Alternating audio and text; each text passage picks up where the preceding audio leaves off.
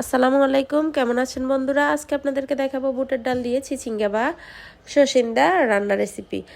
একেবারে গ্রামীণ পদ্ধতিতে আমরা ছোট থেকে এভাবে আমাদের মা জেঠিরা এভাবে রান্না করে এসেছে, আর সেভাবে আমি আজকে রান্না করেছি। আর এটি শুধু আজকে না, আমি প্রায় রান্না করি। এটার স্বাদ মুখে লেগে থাকার মতো। আপনারা এভাবে না রান্না করলে বিশ্বাস করতে পারবেন না। তো আমি প্রথমে ডাল 1 কাপ নিয়েছি, আর ধুয়ে পরিষ্কার করে পর্যাপ্ত পানি দিয়ে সিদ্ধ করে নিয়েছি প্রায় 15 মিনিটের মতো। তো আপনারা চাইলে ডালটাকে আগে থেকে ধুয়ে ভালো করে 2 ঘন্টার মতো ভিজিয়ে রাখতে পারেন। আমি যেহেতু ভিজিয়ে রাখিনি, সেই জন্য সময় একটু বেশি লাগছে। তো এখন আমার বুট সিদ্ধ হয়ে গেছে। আমি পেঁয়াজ, রসুন আর টমেটো কুচি দিয়ে দিয়েছি। আজকে আমি এখানে বোম্বাই মরিচ ব্যবহার করেছি, আপনারা কাঁচা মরিচ দিতে পারেন। তো আমি দিয়ে দিয়েছি হলুদ আধা চামচ, জিরে গুঁড়ো, ধনিয়া গুঁড়ো আধা চামচ, লাল মরিচ গুঁড়ো আধা চামচ থেকে একটু কম দিয়ে দিয়েছি। এখন ভালো করে মিশিয়ে নিচ্ছি। তো এখন আমি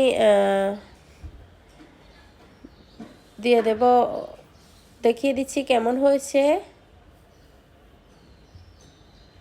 আর দিয়ে দিয়েছি একটা মাছ, তেলাপিয়া মাছ।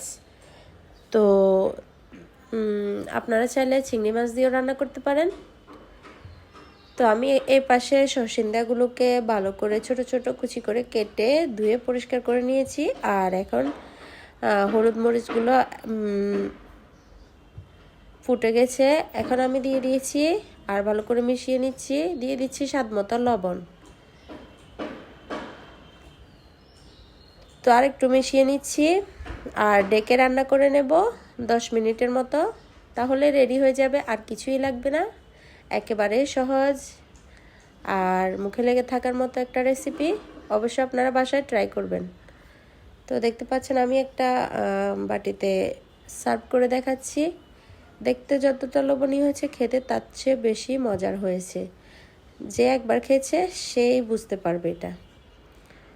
তো আজকের ভিডিও কেমন লেগেছে অবশ্যই কমেন্টে জানাবেন। নতুন হয়ে থাকলে লাইক, সাবস্ক্রাইব করবেন আর শেয়ার করতে ভুলবেন না আপনার বন্ধুদের সাথে। তো এরকম নিত্য নতুন রেসিপি পেতে আমার সাথে থাকুন। আল্লাহ হাফেজ।